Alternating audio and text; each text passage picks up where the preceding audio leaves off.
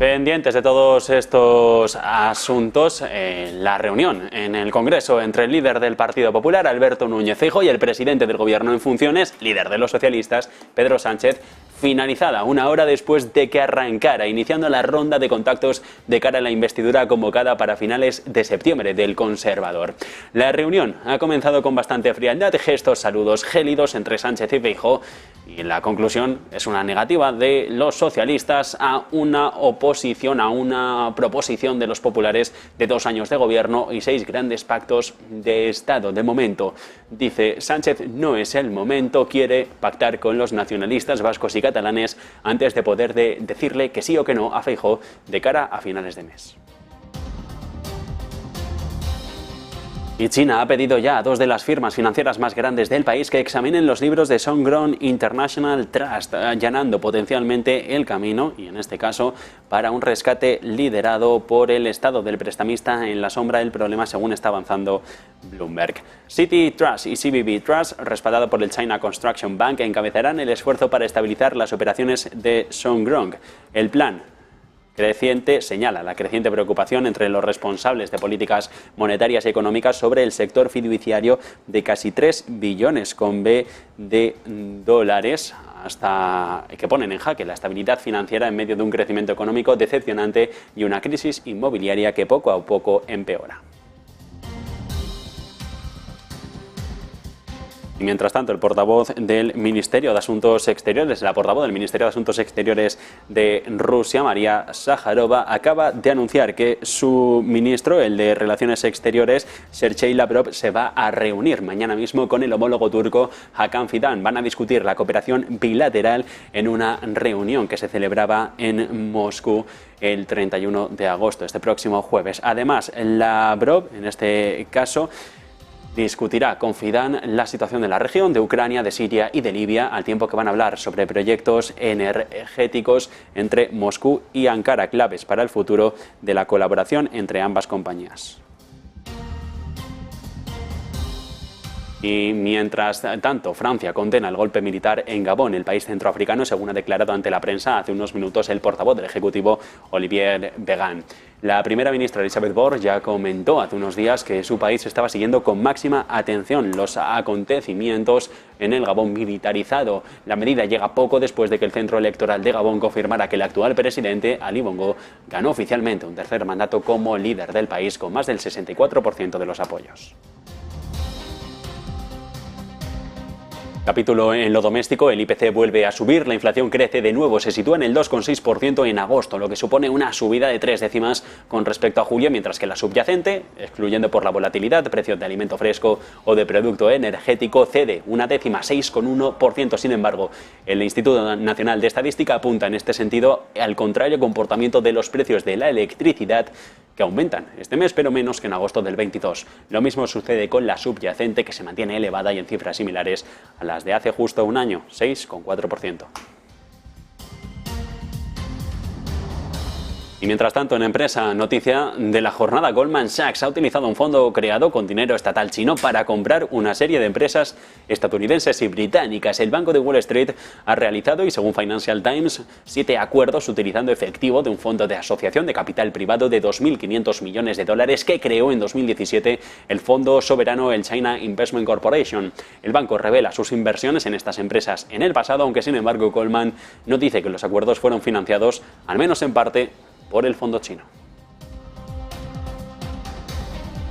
En el mercado nacional, Stoneshine Capital aumenta su participación en Neinor Homes hasta por encima del 25%. Calienta los rumores sobre una posible OPA de la promotora. Concretamente, la gestora, fundada por Juan Pepa, por Felipe Morenés, ha adquirido más de un 2% del capital de la inmobiliaria, según el comunicado remitido a la Comisión Nacional del Mercado de Valores, y ya se hace como segundo accionista, solo por detrás de los franceses de Orion. Movimiento que hace sonar los tambores de una posible operación de adquisición, ya que Stoneshield dice que tiene y no descarta cruzar el umbral del 30%, lo que le obligaría a lanzar esta operación de mercado.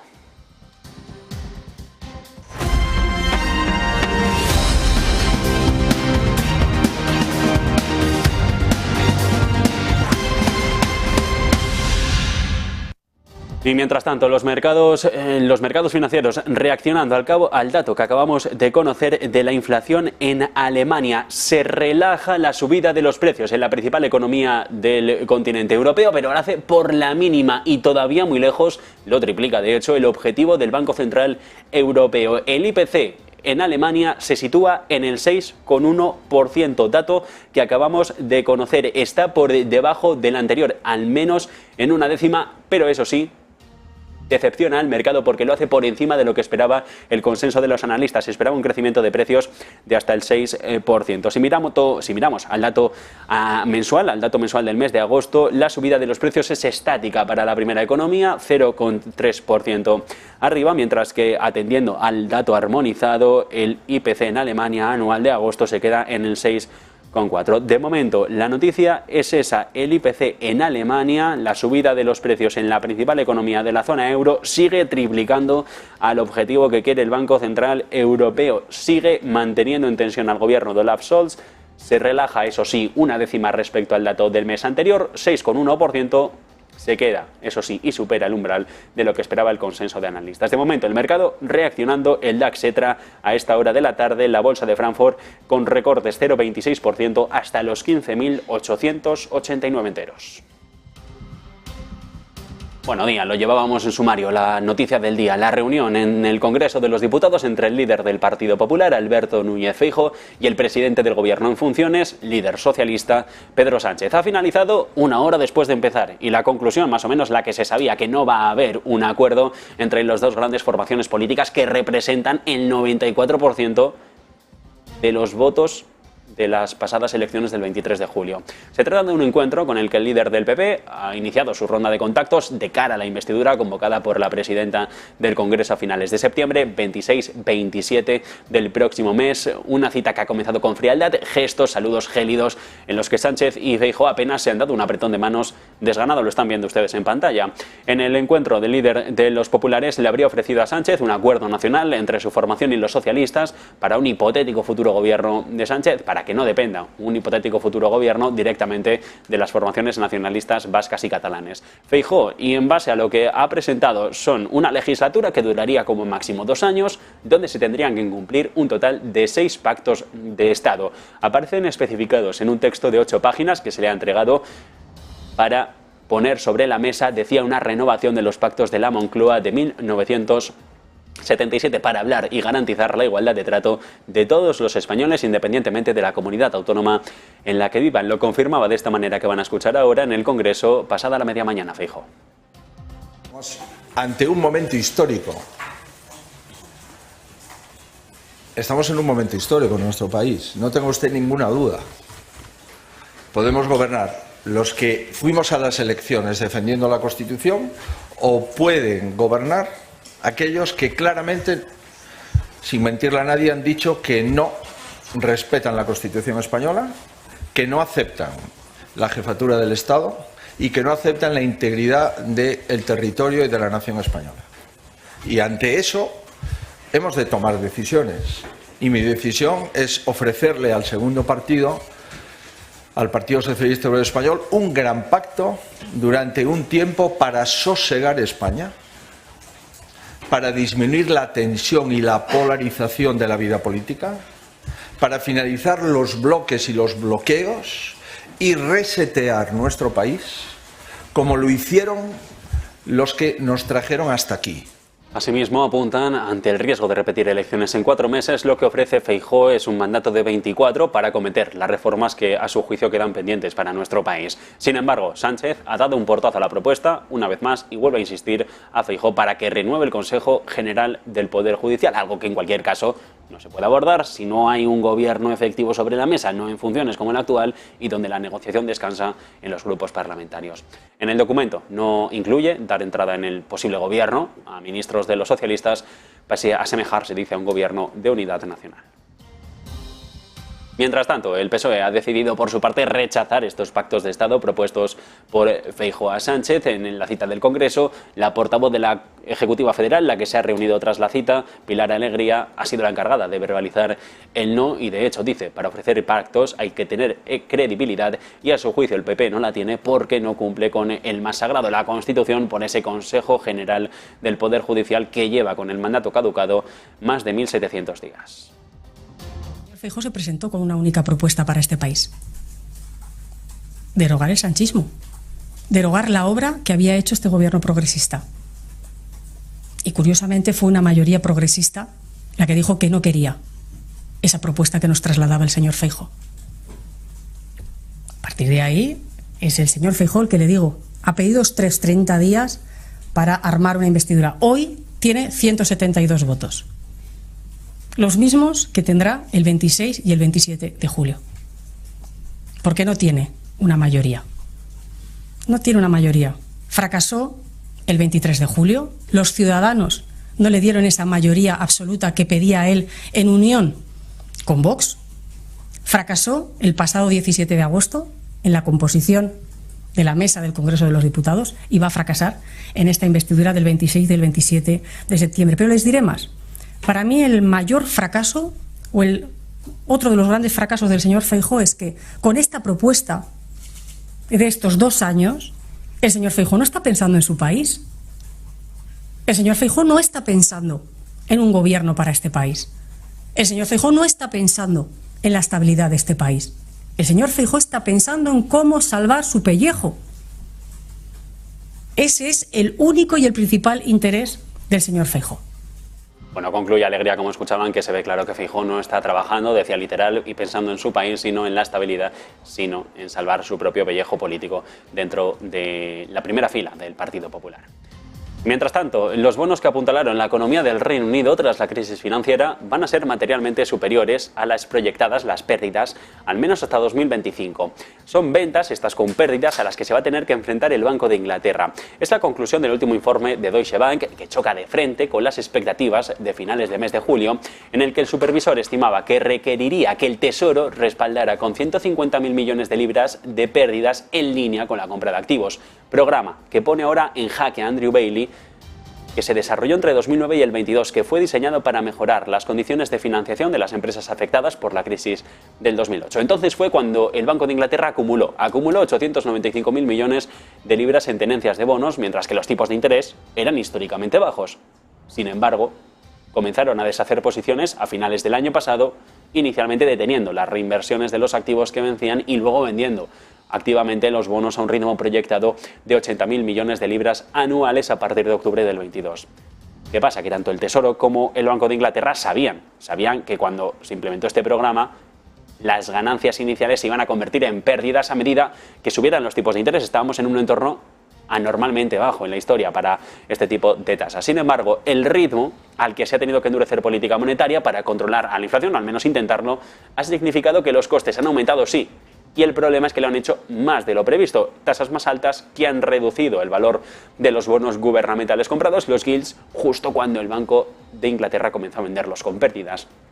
Las finanzas públicas lo que muestran es esto y datos complejos. El Tesoro transfirió más de 14.000 millones de libras durante el mes al Banco de Inglaterra para cubrir las pérdidas de su programa de flexibilización cuantitativa, unos 5.400 millones de libras por encima de la cifra proyectada en un primer momento por la Oficina de Responsabilidad Presupuestaria en marzo.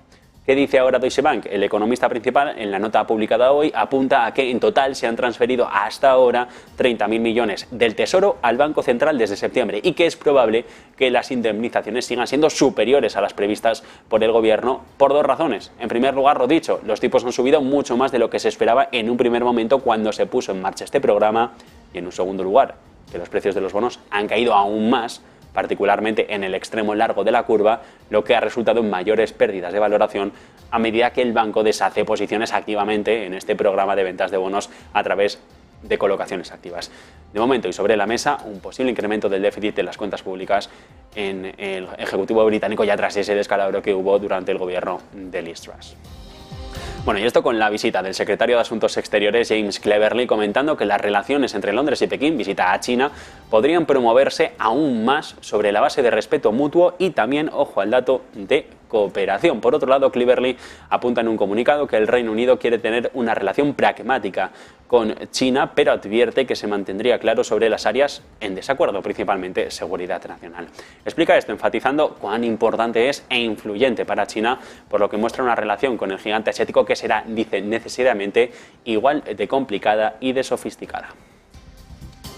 Y, entre tanto, China ha pedido a dos de las firmas financieras más grandes del país que examinen los libros de Sungrown International Trust, allanando potencialmente el camino para un rescate liderado por el estado del prestamista en la sombra en problemas, según está avanzando Bloomberg. CITIC Trust y CPB Trust, respaldado por el China Construction Bank, encabezarán el esfuerzo para estabilizar las operaciones de Sungrown, que el plan subraya la creciente preocupación de los responsables sobre el impacto de las políticas en el sector fiduciario de casi 3 billones de dólares en la estabilidad financiera en medio de un crecimiento económico decepcionante y una crisis inmobiliaria que empeora. También es otra señal de cómo Pekín se apoya en empresas estatales más fuertes, apuntan ahora para conseguir mantener a la economía en vigor y mantener los riesgos bajo control. Sungrown y la firma patrimonial Sonshi Enterprise ya agitaron hace no tanto, o hace unos días, los mercados tras suspender los pagos de decenas de productos de inversión vendidos a personas y a empresas con mayor poder adquisitivo. Entre tanto, sobre la defensa, las capacidades industriales de la Unión Europea a día de hoy lo que reducen son principalmente las estrategias de disuasión nuclear de Francia durante las próximas 6 décadas, que fomentó inversiones en tecnología punta. Son las palabras que ha promovido el director general de Dassault Aviation, Éric Trappier. Mientras la guerra de Rusia en Ucrania vuelve a poner sobre el primer plano las cuestiones de defensa y autonomía europeas, la Unión quiere asegurar mayores niveles de autonomía estratégica y Francia dice que sin ellos no va a ser posible, que la defensa europea a día de hoy está de la mano de Dassault, la empresa productora de los aviones de combate Rafael, los que apuntan a tener un mayor grado de independencia en esta materia con respecto de Estados Unidos, pero también con respecto de otros países, como sobre todo en el contexto de la OTAN.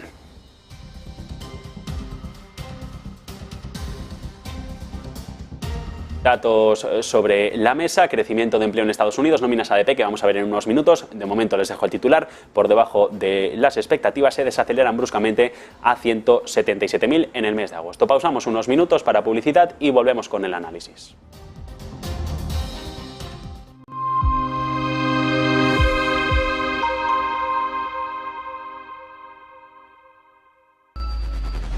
Localizarnos ahora es más fácil.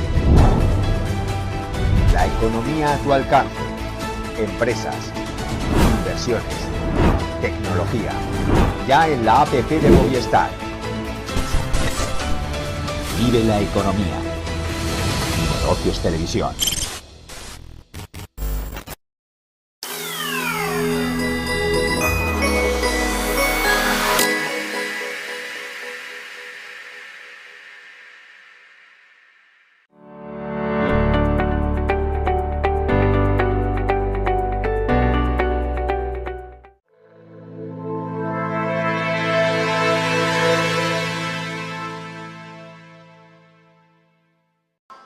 Y se lo comentaba justo antes de esta pausa publicitaria, la última hora, el dato macroeconómico en Estados Unidos para la jornada a expensas, a la espera de esa revisión que conoceremos en media, de la segunda revisión del crecimiento económico, del PIB del segundo trimestre para Estados Unidos. La referencia más actualizada, la del crecimiento de empleo ADP en Estados Unidos, se desacelera bruscamente a 177.000 en el mes de agosto.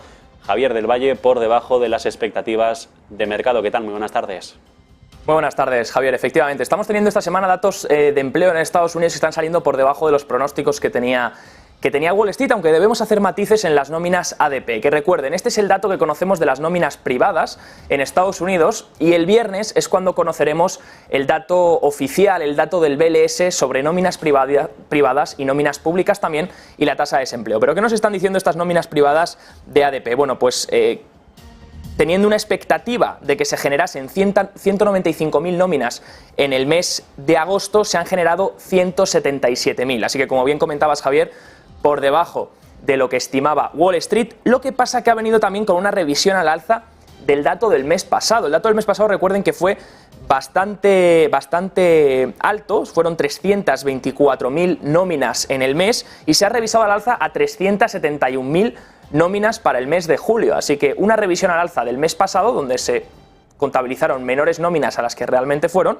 y este mes pues un dato que por ahora sale por debajo de lo que estimaba Wall Street en 177.000 nóminas. Si continúa esta tendencia hacia los entornos de 100.000 más o menos, pues estaríamos viendo cómo esa tendencia poco a poco de creación de nóminas disminuye. Eso sí, sigue siendo un dato positivo, por lo que se han creado nóminas en el mes. Dicen desde el informe de ADP que tenemos en pantalla: las cifras de este mes son consistentes con el ritmo de creación de empleo antes de la pandemia.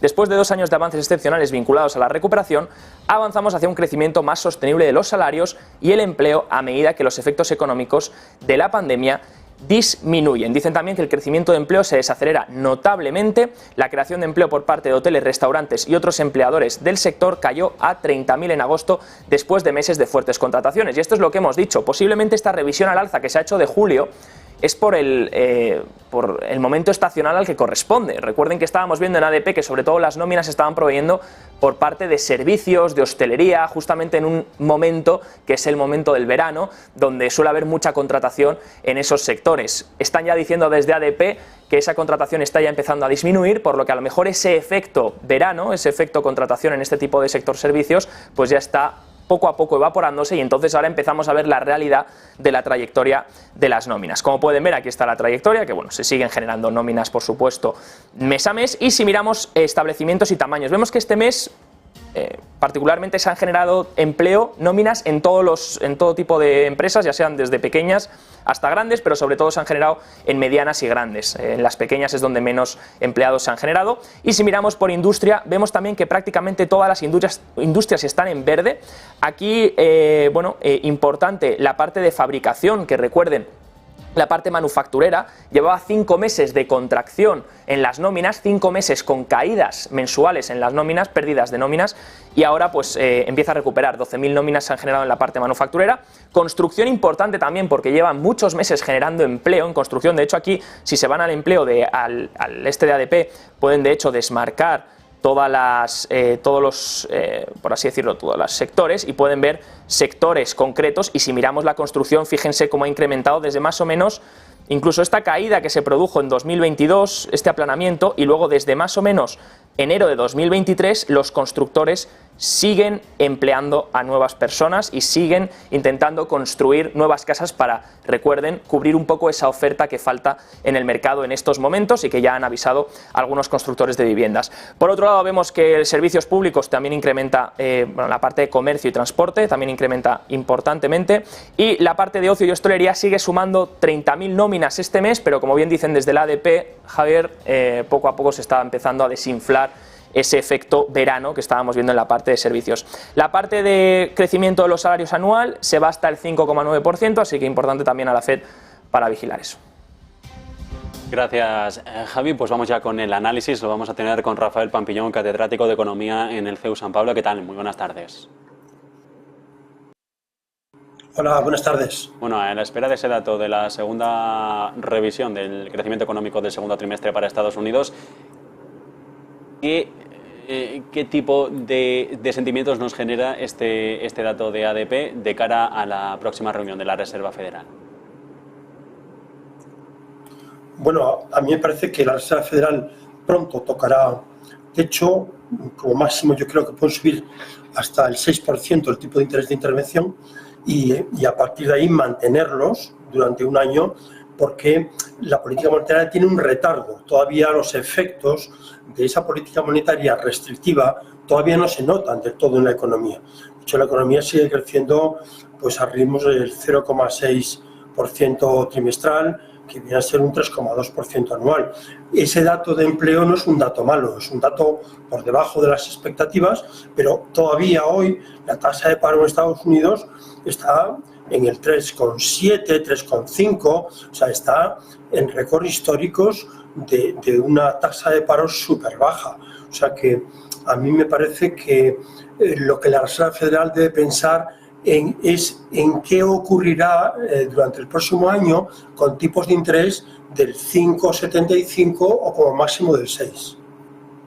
Bueno, y luego sobre la mesa el dato de inflación que hemos tenido en Alemania, lo hemos comentado aquí en Negocios, lo hemos adelantado hace apenas unos minutos, se reduce mínimamente en agosto hasta el 6,1%, y esto en un día en el que también hemos tenido en España ese dato de IPC, en este caso sube hasta el 2,6%, la subyacente sí se suaviza. No sé qué tipo de lectura tenemos que hacer de estos números, con tanta diferencia entre un país y otro, y ese Banco Central que tiene que legislar para todos. Efectivamente, es decir, se produce como un desajuste en los ciclos económicos de cada uno de los países, y el Banco Central tiene que legislar para la inflación de la eurozona. El dato de Alemania y de la mayor inflación de Alemania frente a España es porque en estos países del norte los salarios suben automáticamente con la inflación, mientras que en España, y debido también a que el gobierno de Pedro Sánchez ha procurado mantener una paz social, los sindicatos han actuado de una manera mucho menos fuerte que lo han hecho en otros países como Alemania. De manera que aquí en España los salarios han crecido muy poco frente a las subidas salariales de Alemania, Austria, Holanda, y en esos países esos mayores costes salariales se han traducido en mayores precios. Sí, entonces, 14 de septiembre, Christine Lagarde, ¿qué ficha puede mover? Y sobre todo tras Jackson Hole, más allá de septiembre, antes de final de año, ¿2 subidas más o nos queda una aquí en Europa para ver si el decalaje ese tan famoso del que llevamos hablando en los últimos meses se materializa de alguna manera mucho más fehaciente de lo que lo ha hecho hasta ahora? Bueno, a mí me parece que no le queda otra a Christine Lagarde que volver a subir tipos, probablemente un 0,25, porque nuestra inflación sigue siendo más alta que la de Estados Unidos. O sea, conocemos el dato de crecimiento, pero Estados Unidos en julio ha tenido una inflación del 4,2 y la subyacente ha estado en el 3,2. Es decir, que Estados Unidos tiene una inflación más baja porque también tiene una política monetaria mucho más restrictiva. O sea, que lo que sería de esperar es que en julio la Reserva Federal pues habrá que esperar al dato de inflación para saber qué va a hacer. En el caso de la zona del euro, a mí me parece que no le queda otra que subir tipos. De Economía en el CEU San Pablo, como siempre un placer de conversación. Buena tarde. Gracias, buenas tardes. Bueno, entre tanto, es noticia también de las últimas horas un grupo de militares que ha dado un golpe de Estado en Gabón para expulsar al presidente del país, Ali Bongo, y la última hora pasa precisamente por este líder político. En este caso, acaba de pedir ayuda internacional tras el último golpe de Estado en el país. Lo ha hecho en un vídeo publicado en las diferentes redes sociales en el que dice que debe y necesita ayuda del exterior para que hagan ruido, para conseguir que el golpe de Estado fracase, que la Junta Militar fracase en este golpe de Estado después de haber sido puesto bajo arresto domiciliario por varios miembros de la Guardia Presidencial. El presidente de Gabón, de esta manera, Ali Bongo, bajo arresto domiciliario, pide ayuda al exterior para conseguir acabar con la Junta Militar tras el golpe de Estado. Y ojo, porque Gabón es un país relevante, sobre todo en materia petrolífera, es miembro de la OPEP y está el cártel de Viana pendiente de este asunto de última hora en el país centroafricano. Mientras Francia condena ya este golpe militar, según ha declarado ante la prensa hace unas horas el portavoz del gobierno, Olivier Véran, dice y resalta las palabras de la primera ministra Elisabeth Borne, quien ya comentó hace unos días que Francia estaba siguiendo con máxima atención estos acontecimientos en el Gabón ahora militarizado. La medida llega poco después de que el Centro Electoral de Gabón confirmara que el actual presidente, Ali Bongo, ganó oficialmente un tercer mandato como presidente con más del 64% de los votos. En tema energético, la Unión Europea va a importar volúmenes récord de gas natural licuado de Rusia este año, a pesar de que su objetivo es que el bloque deje de depender de los combustibles fósiles rusos para 2027. En los primeros 7 meses del año, Bélgica y España han sido los segundos y tercer mayor comprador de gas natural licuado ruso, detrás de China, según los datos de Global Witness. En general, las importaciones de la Unión de gas superenfriado suben un 40% entre enero y julio de este año en comparación con el mismo periodo de 2021, justo antes de la invasión de Ucrania. El aumento mucho más pronunciado que el promedio mundial de las importaciones de gas natural licuado ruso, del 6% en ese mismo tiempo, con una mayor parte que proceden de la empresa conjunta Yamal, participada mayoritariamente por la rusa Novatek, pero cuyas participaciones también están en manos de la francesa Total Energies, de la china CNPC y de un fondo estatal chino. Y mientras tanto, Víctor Orbán, el político húngaro, advierte que si alguien ataca el gasoducto South Stream, Hungría va a responder de inmediato. ¿Y cómo lo va a hacer? Marta Vilar, ¿qué tal? Buenas tardes. Muy buenas, Javi. Bueno, pues es una de las noticias del día. Ya estamos aquí muy pendientes, por supuesto, de todo lo que está sucediendo en torno a, bueno, pues Víctor Orbán, el primer ministro de Hungría. También otras noticias, pero antes de nada, pues bueno, vamos a repasar algunas de las últimas horas pendientes de lo que está sucediendo en torno a Gabón, ese país, ya lo saben, de África, que bueno, pues ha sufrido ese golpe de Estado, y pendientes también, por ejemplo, de más cuestiones como, bueno, pues cuestiones que tienen que ver con el primer ministro húngaro, que ha hablado sobre la reacción al cierre del Nord Stream, que ya saben que hace aproximadamente un año que tuvo lugar esa explosión, ese acto de sabotaje, según lo han calificado muchos gobiernos. Y bueno, ahora Víctor Orbán ha dado una entrevista y ha dicho que el cierre del Nord Stream ha sido un ataque terrorista, y ha advertido contra la repetición de ese escenario, pero con el South Stream, que es otro gasoducto que bueno, pues llevaría gas desde Rusia directamente a Hungría. Dice, cuando esto ocurrió, el cierre del Nord Stream, nosotros los húngaros dejamos claro que hay otro gasoducto, el South Stream, a través del cual el gas de la Federación de Rusia va a Turquía, a Bulgaria, a Serbia y a Hungría. Y dice, junto al presidente de Serbia se ha dicho claramente que si alguien intenta hacer lo mismo con el corredor de gas del sur, lo consideraremos como un motivo de guerra, como un acto terrorista, y responderemos de inmediato. En respuesta, por cierto, a la pregunta del entrevistador sobre a quién iba dirigida esa advertencia, el primer ministro de Hungría ha dicho, ojo, porque no está dirigida a Moscú.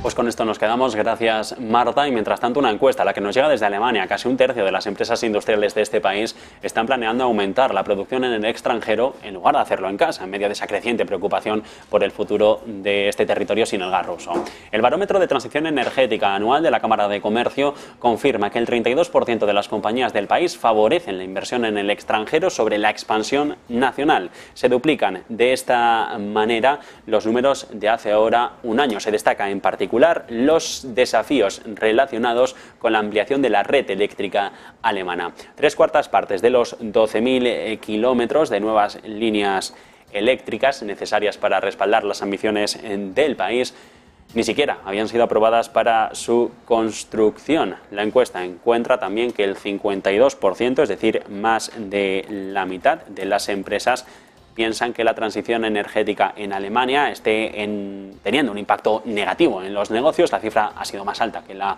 registrada por el barómetro desde que comenzara su publicación en 2012.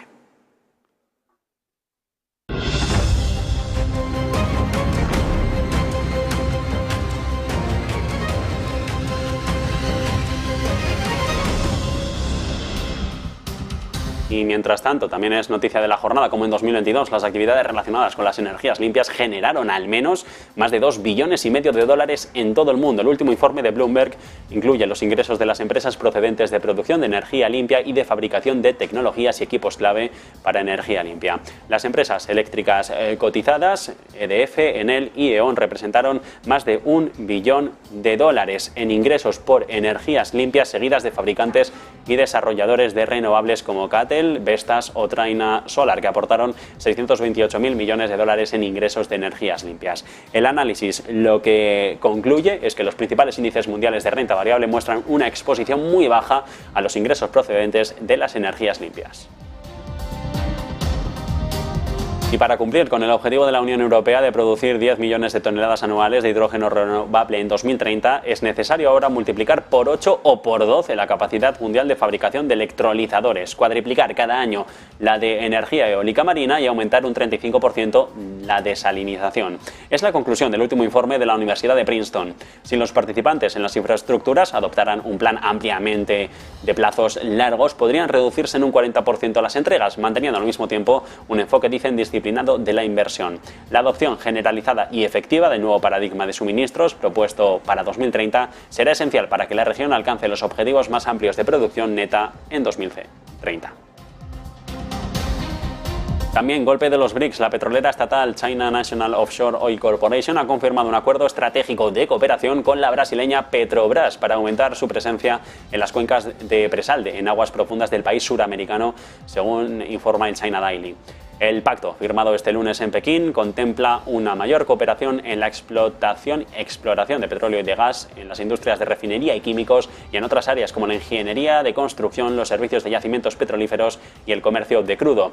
Los principales petroleras y gasistas chinas han aumentado su producción a nivel nacional en los últimos años, adquiriendo de esta manera participaciones en yacimientos en el extranjero para impulsar la seguridad energética en el país asiático. La compañía china, cuenta en su haber con 5 activos de crudo y de gas en Brasil, donde controla el 7% del yacimiento de Bucíos, el más grande del mundo. De hecho, según datos oficiales, en Brasil se ha llegado a producir el nivel récord de petróleo y gas en junio. Petrobras aglutina el 88% de la producción nacional de estos recursos. Hay que volver ahora a poner el foco en Estados Unidos. Revisión, lo comentábamos, segunda revisión del crecimiento económico del PIB para la primera economía del mundo, segundo trimestre. Y Javier del Valle decepciona, se esperaba que se acelerara del 2% al 2,4%, finalmente se queda incluso por debajo de esa mitad en el 2,1%. Efectivamente, Javier, conocemos hoy la segunda revisión del PIB del segundo trimestre en Estados Unidos. Recuerden, siempre recalcamos que al final el PIB tiene hasta 3 revisiones por cada trimestre que se da el dato, así que todavía estaríamos en la segunda revisión. Esa primera revisión, la verdad que sorprendió. Ese primer dato fue del 2,4% en el Advanced Estimate, que lo llaman, el estimado avanzado, y ahora pues en el segundo estimado que se ha calculado, en la segunda revisión, estamos viendo que esto se ha corregido hasta el 2,1% de crecimiento real para el segundo trimestre del año en Estados Unidos. Pues estamos viendo una revisión a la baja de casi, de 3 décimas porcentuales para este PIB, y también viene acompañada de una revisión de los datos de inflación. Fíjense, para el periodo, el PCE general ha pasado del 2,6 al 2,5, una décima porcentual. Y el PCE Core, la parte, el PCE subyacente, que excluye la comida y la energía, las categorías más volátiles, ha pasado del 3,8 al 3,7, así que se reduce también una décima porcentual, por lo que viene acompañado no solo un crecimiento menor del que se había pronosticado, del que se había dado en la primera lectura, sino también de una inflación menor en el PCE general y en el PCE subyacente. ¿Qué dicen desde el informe? Bueno, pues dicen que los cambios que se han realizado en este segundo estimado hacia el PIB, ¿por qué se ha reducido del 2,4 al 2,1? Pues dice que ha habido revisiones a la baja sobre la inversión en inventarios privados y la inversión también fija no residencial, que han sido compensadas, ojo, por supuesto, como no iba a ser, revisiones al alza de los gastos gubernamentales y estatales y también las exportaciones y el consumo. Así que se ha revisado en este dato un poco al alza el consumo, las exportaciones y también el gasto federal, y se ha revisado a la baja la parte de inversión en inventario y también en inversión fija no residencial. Pero esta revisión a la baja de estos dos componentes ha alterado más, ha presionado más, y por eso vemos esa revisión del 2,4 al 2,1. 0,3%, 3 décimas porcentuales que se revisa a la baja el PIB del segundo trimestre de 2023 en Estados Unidos, y también viene acompañado de una revisión a la baja del PCE general del 2,6 al 2,5 y del PCE subyacente, Javier, del 3,8 al 3,7. Gracias, Del Valle. Pues antes de ir con el análisis de la mano de Banco Vic, pausamos unos segundos y volvemos.